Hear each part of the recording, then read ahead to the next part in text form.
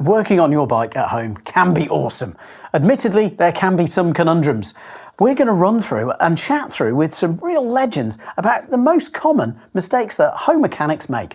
We're going to be chatting with Calvin and Truman from Park Tool.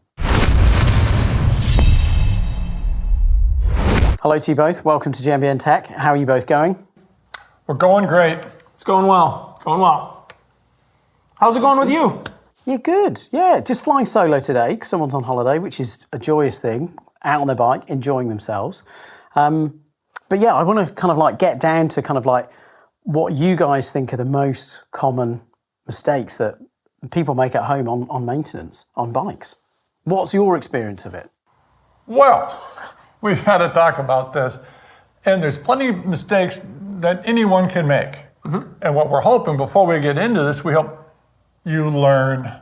You can learn. It's okay to make a mistake once. That's the most important part about a mistake, is that you actually learn from it and take some knowledge back, and then the next time you make that mistake, it's not as bad. It maybe never happens. So maybe our first common mistake people make is not learning from your mistakes. Nice. I like that. That's right. So pay attention. So. Well, then let's move into maybe some actual mistakes that people make. Tightening, bolt tightening. Yep. So there's a couple things that can happen when you're tightening a bolt. Either you can over tighten a bolt, or what else can you do? Under tighten. We're looking for Goldilocks, the middle way. Yep. Common thing that we see, and by hand, and the hand applies torque. You are torquing a bolt when you tighten it by hand. You may not be measuring the bolt, but you're still torquing it. So this is kind of a commonality. People tend on a large thread to under tighten. They under tighten the crank bolt, or possibly the pedal thread, large thread. But then they get on those little bolts, and then they over tighten. Stems, seat posts, yes, clamping, small soft joints, little, stuff small like that. little stuff. The seat post is too tight. So often stuff that gets over tightened is stuff that may require SAC2. So like a grit compound for the carbon fiber, such as. I guess because people are kind of like, they're thinking, I've got to tighten it up and I want my handlebar to be really tight. So they kind of go overboard. And then also maybe they've gone for a ride, and even if they've done a part up to torque, especially early carbon parts were really shiny and they could just slip a little bit. So yeah, I guess the logic of people is like, well, I'll just make it tighter. Right, and then over tighten, the carbon can crack it. So that's right. So that's... Yeah, that's bad. Yeah. So finding that middle ground, it takes experience. Torque wrench can certainly help to train yourself, and train your arm. And tied to that is how we tighten. So this is one that you see a beginning mechanic and you can watch this one happening. They have a hex wrench, maybe they have a 3-way in their hand, and they're applying this to a fastener. And what then happens, Calvin? They're in a hurry, and they put it on and start to turn, and they don't have it fully engaged. Poor tool purchase. At an angle, not fully inserted into the fastener. That's the kind of stuff that you see a lot of times, and that will damage the fastener. If you don't have it fully applied, or if it's not at the correct angle, and then you start applying a load, it's going to strip out that fastener, and then you're going to have tears. You're going to have to fix that problem, which is likely above your pay grade at that point. You made. Now, some people may, oh no, that's so basic. Well, go inspect some bikes. Going down to your next bike ride, go and look up and down the stems, look at the bars, and look at those small little bolts and see the ones that are mangled a bit. That's absolutely... There's very little engagement. You've got to get that little 4mm hex down inside fully on the pocket. If you're off center at all, start twisting, yes, there's going to be a problem. from experience, I've had the same with T25, especially on disc brake rotors. I've seen some people use kind of impact wrenches or bit drivers. It's like, well, I've got to change it quickly. And it's kind of like, cool, love the idea. But in principle, it means that when you're applying that high level of torque really instantaneously and really quickly, and you're not square, it's like, oh, I've rounded out another bolt. Oh. Square is it, or orthogonal is even better, square in all 3 dimensions. Yeah. But instead of saving you time, you've now cost yourself significantly more time. Yeah. Another, along with that engagement thing, is the proper wrench. So this has ball ends on three sides. But if you think about it, a ball end has almost half the engagement of a standard squared end. So you want to make sure that, so if you're loosening something that's potentially stuck, or if you're tightening something to a really tight torque, that you're maybe not using a ball end. That's not necessarily a beginning mechanic mistake, but just goes along with that engagement. Pick the right tool for the job. Yeah. And I think that applies to kind of people who are more experienced as well, because it's easy to, use the ball-ended tool and think that you can spin on it, and that doesn't work. Again, through experience, I learned from that mistake. And I feel also like the Torx tools, in terms of ensuring that you have got the T25 and the T30. And I know some brands do a T27, and I have inadvertently used that, and that doesn't fit. You can make it fit, but it's not good. Something that we run into, so sometimes a Torx bit will twist and have a little bit of a helix to it during use. A lot of times that's because you used the size below the proper size. Because in Torx, a hex wrench, a 4 is not going to work in a 5 at all. Yeah. But in Torx, you can use a T27 and a T30. Yep, guilty as charged. And then that will typically twist, or the end of the bit will fall off. Yeah. But again, it's good to do that, because now I know from experience, it is that learning thing, just like you've said at the start, it's so important to do stuff. And if something goes wrong, then that's bad, but learn from that mistake. That's right. Yeah. You want to have a healthy amount of fear, but not too much fear that's going to prevent you from actually having those experiences. Respect. Let's call that respect. It's respect, not fear. Yeah. So, and the thing to fear is lubrication. Oh. Well, respect it. And again, we're looking for that Goldilocks. Yeah.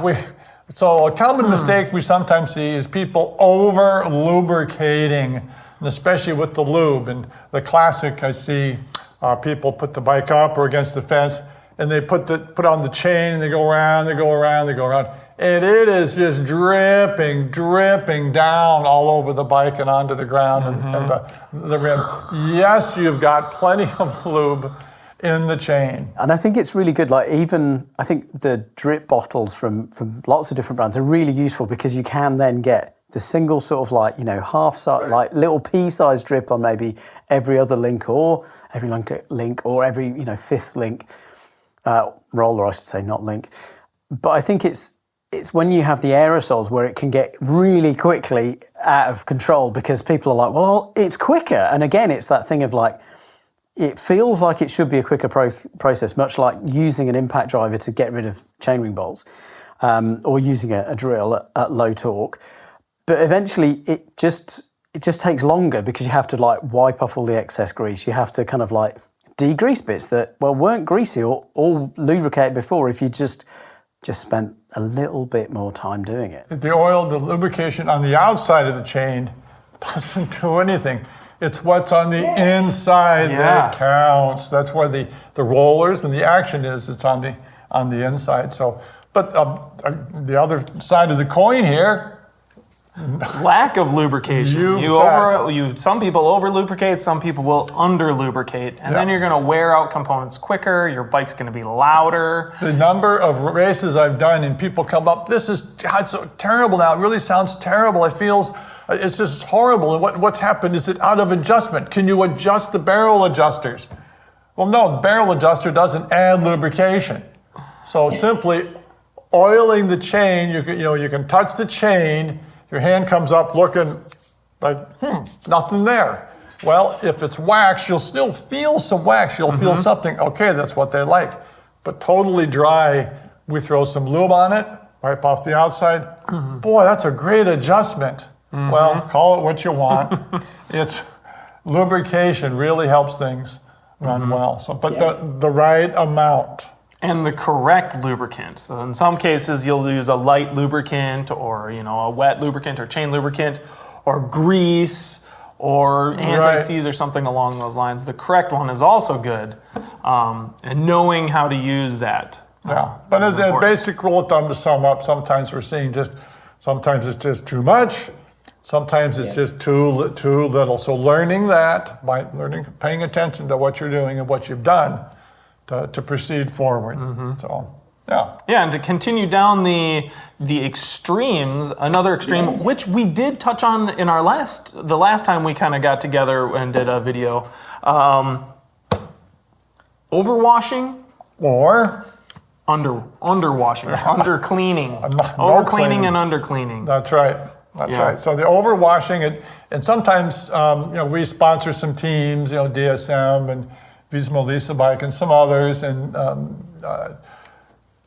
we watch the TV, and boy, those guys are on there with the power hose and blah blah blah blah. Well, when we think about should we do what the pros do, first, do those mechanics own the bikes? No. Do they care if they get 2 or 3 seasons out of them? No. So yeah, there's some of that going on. So a lot of blasting, a whole lot of scrubbing, putting it in your dishwasher and getting it so I changed so spotless I could eat off of it. Well, you've got some funny eating habits, but you can be proud of that. You're not doing your equipment any good. All right, and especially with the electronic stuff. Getting water egress down inside your e-tap and your number one DI2. issue with e-bikes. And then e-bikes, washing the e-bike, be very, very careful. Water ingress is one of the biggest issues there. Yep, and then the under, of course, just, you never do anything. An important part about the washing, though, it's a little more subtle, is the inspection while you're doing it. So slow down. If you get the sponge and you're wiping things down and whoa, I see a gap at that bottom bracket or the crank to pedal thread. That wasn't there, was it? What's going on there? So the inspection as you clean, very important part of that, but we're seeing basically too much washing. A lot of washing, and then there's the flip side of that, which your bike is covered with mud, and then you ride it, and then it just kind of grinds things away. Yeah. And again, you can't find areas if all covered with dirt. I can't see any problem. No, you can't see the cracks until parts are not attached to where they should be attached. Exactly. Yeah. I mean, I'm lucky in terms of I've seen and I've been guilty of the jet washing at point blank range.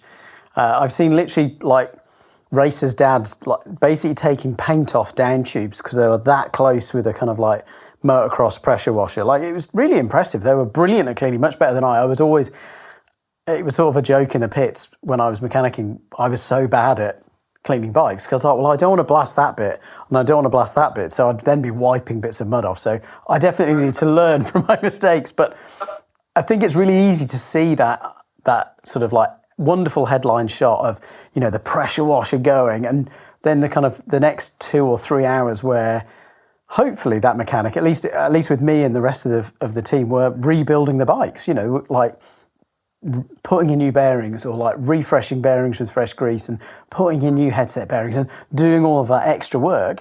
Whereas I feel like it's really common for people just to see the exciting stuff of jet washing and muck being sprayed, and it's great without the sort of, it's still fun for me, but... The boring, tedious part. It's still fun though. It is. So it's boring to some people, but to us, it's fascinating. I want to. Yeah. Well, the other part that we're seeing, and this is probably just part of human nature, and we've all done this. But you get done with your ride, you think there was a problem on it, and there was a problem. You realize there's a problem, and I'm hungry. I'm tired. I'm going to go get some lunch, and then done. My ride's done. I don't see no problem. Is there a problem? No. Yeah. Until it was a good ride. you get back on the bike and it's still there. So that tendency of human nature to put it off till next time, and you never get to it. And then it becomes an emergency, and Right. you got to go to the bike shop and really ask them for a favor, and they're, so just making sure to think about this before it becomes that crunch time. Right. Which, in cases where it's maybe a student or somebody younger, and they put it away because now they got to do their math homework or something. And then they go and do that, and then they come back to their bike and they're like, oh, that's right. I need to get that fixed. Or they get on it and realize that the click is still there. It's Friday night. They got to ride with their buddies early Saturday morning, and a little bit too late. So procrastination is all what humans do, but it bites us in the end. And I'm really guilty of that. I remember doing that as a kid, like kind of riding my bike loads, and then it'd be like, oh, cool. It's like weekend ride time. And then, midway through weekend ride, oh, my chain's broken. Oh, that's going to be a walk home. Wait, I think I've got a tool, and then I have a multi-tool, and I don't have a chain tool. And, this is way before quick links were invented, possibly at least widely accepted, because I'm sure they're invented somewhere else beforehand. But it's that thing of whereby if you could fix it earlier, you could get to the bike shop, you could get that help, and you might be able to fix it yourself, might be able to get the tools, it might be a simple fix, you could learn, or you kind of ignore it, and then you're trapped and you've got to get it fixed in a hurry, and then you piss lots of people off at the bike shop because you're that person that comes in and the bike isn't fixed. Or worse, you then piss off all your mates because you're halfway up a hill in the middle of nowhere, and then you need to borrow their tools to fix your bike because, I forgot to pack multi-tools. Corollary to that, refresh your carry-along bag. You're working at home, I put the chain on, I'll put my chain tool on the bench, hop on the bike and go.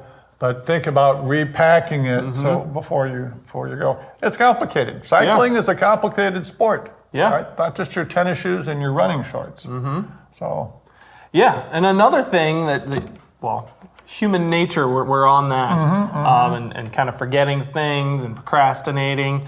Another issue that beginner home mechanics often run into is not having correct tire pressure. Yes. So that's, flat tires has been a part of the cycling world ever since day one, essentially. Yeah. Well, since Mr. Dunlop, let's clarify that. Yeah. And so you go out for your ride and, man, it's sluggish. And then all of a sudden you're like, man, I'm going really slow. It feels really rough. You have a flat tire. Or you go out and all of a sudden you're jarring along and I've got too much tire pressure. So it's I would say the home mechanic, do you think that they should be more willing to experiment with tire pressure? They should look at the tire or believe the number that's on the tire? Well, I think experimentation, absolutely. An average that's printed on the tire, I don't want to call it meaningless, but it's almost a case of, let's take your left foot, we'll stick it in boiling water, we'll take your right foot and stick it in ice. On the average, you're good to go. Yeah. But how much do you weigh? What kind of terrain? Is traction important to you? There were a lot of bumps and pinch flats. Is that a problem where you're riding? You're commuting. You're commuting with a tube tire. You don't want to run too low. You're gonna flat. So and then too much pressure blowing out. So there's a lot there. So we do advocate a good tire gauge. Yeah. But especially for the performance people, don't be shy about giving that thing a nice squeezy. Yep. Give that thing a push. That's still legitimate because you're going to learn. Even if you have a gauge, a pump, and you believe those gauges, you should also be squeezing that tire to just get to an understanding of what that pressure, that pump or gauge said, and what that feels like. Because someday you're going to get there and you're going to have to pump it up with at a fuel station or something along those lines. You bet. And you might not have a gauge, so you might not be able to get to that exact number, but you'll be able to hone in on that feel. And the feeling is important. Let's think about two different tires. I'm going to have two different bikes here. One is a bias ply, very, very thick sidewall. And they're both run up to 40 PSI. One's very, very thin sidewall, definitely more flexy. So that squeeze, even when they're both 40 PSI, it's going to feel different. And the road is basically doing the squeezing, so the squeeze is a legitimate thing. The tire casing is absolutely part of the ride, and a pounds per square inch or an atmosphere gauge doesn't really account for that, the bias of the carcass, the tire body. And I think that's really valid in terms of just making sure to check and having that feel, a bit like we've, I guess, talked about in the past, and I feel like you might be talking about it again, is getting that feel for what a certain Newton meter feels like. But you're exactly right with the pressure. It's a really good, like one tire at let's say 25 or 24 PSI is going to feel really different. And you need to kind of like understand how those tires and different carcasses, what pressures they work at. But yeah, if you get a flat in the field, well, and you haven't got a digital pump, well, you need to know how hard to pump it. So it's really valid. I'd not even thought about that. It's good. Yeah, and so we kind of discussed a little bit. There's a number on a tire with a pressure range. I'm sure they think about that number. It's not just completely arbitrary, Right. But it's not like a torque spec. It is a different thing than a torque spec. So a torque spec is for a fastener, and the fastener, we have a known diameter, we have a known material, we have a known thread pitch. There is engineering There's and a certain physics. amount of stress and pressure we want in that joint. There's been a lot of research done on that. When we go into the tire pressure realm, and there are what we were just talking about, the casing, the terrain, the tread pattern, the rim width, how much sealant, are you riding inserts? There are so many variables. And your riding style. And your weight. There's people who would rather go around something, and some people just as soon go right over it. So same pressure, maybe not. Yeah, just from a person. And then some people, like in a corner, they're super sensitive to that rolling of the tire, so they're more apt to run a little bit more pressure to reduce that, and they'll take a little bit of chatter. Right. So when we're saying on tire pressure, try and sum that up, is we're not saying strict adherence to the printed word. We're saying pay attention, right? Know what you have. Pay attention to that. So yeah, it felt good. No, I felt like I needed more traction, or I was sliding a lot. So pay attention to what you're doing. Yeah. That's really the biggest and most important thing, is just paying attention. Which I think loops back again to how you framed this whole kind of thing at the start, is talking about how learning from mistakes. And with the tire pressure, okay, you can learn from a flat tire, but you can learn really quickly of like, oh, okay, that doesn't feel quite right. So and then do some thinking, do some kind of like brain gym of like which direction I need to go in to do that. And I guess that, that does apply all the way through. Everything we're talking about is keep learning. Keep learning. Yeah. And one of the benefits like a shop mechanic has over, a home mechanic is you don't only learn from your own mistakes. You get to learn from other people's mistakes. A customer comes in with a flat tire, part of your job is to diagnose how that flat tire happened. Is there a thorn in the tire? Did they have a pinch flat? Is there a proper rim strip in there? You want to get the relevant story. So for you shop mechanics, you do want to talk to that customer and find out what was going on. That's a tough bit of art, because you don't always want the story of, oh, well, Truman, I was riding with my brother-in-law, and the guy's a really nice guy, but then both of us were going down this corner. Okay, spare me that. Just tell me what happened. So the shop people, I guess we're sympathetic to you, but for everyone else going into a shop, do give them some background and not, I have a flat tire. Not enough. But if you can give them some detail, that helps you both. Yeah. But yeah, we've experienced maybe more issues, you as well, Owen, than maybe somebody at home who hasn't, just because we've been working on other people's bikes, and they come to you and they're looking for answers on how to solve the problem. But part of the solution is diagnosing what happened to it. That's right. Yeah. To prevent it from happening in the future.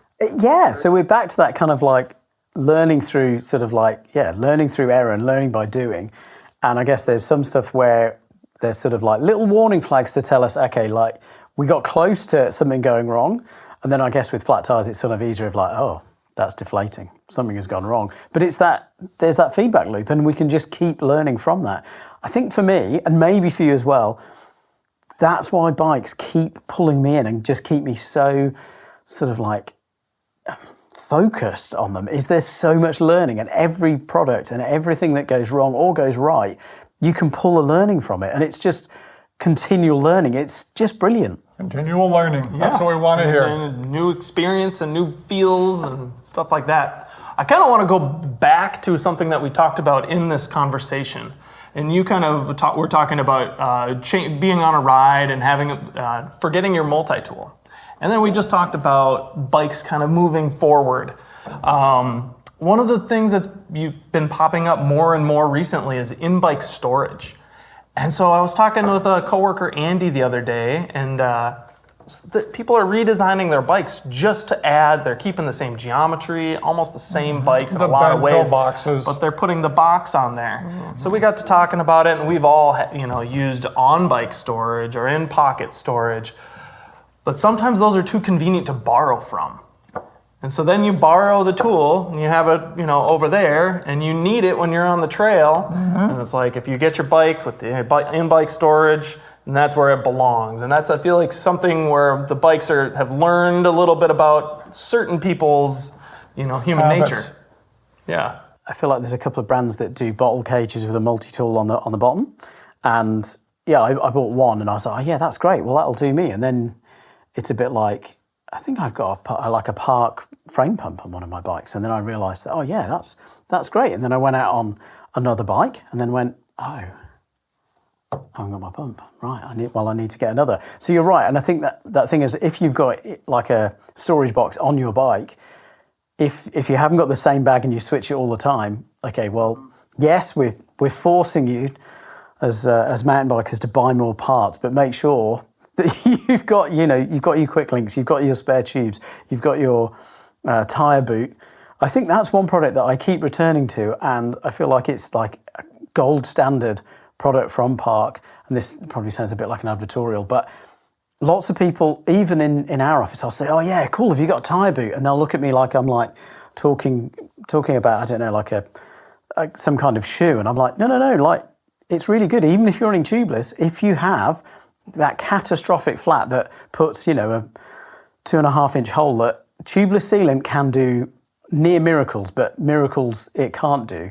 So making sure that in storage you've got one of those tyre boots, yeah, it's essential. Well, all the storage, it is a conspiracy to get you to buy more Park tool. Exactly. Yeah, for every bike. So we're behind it. Big Tool is behind that movement. Each bike needs its specific toolkit. That's right. Yep. Agreed.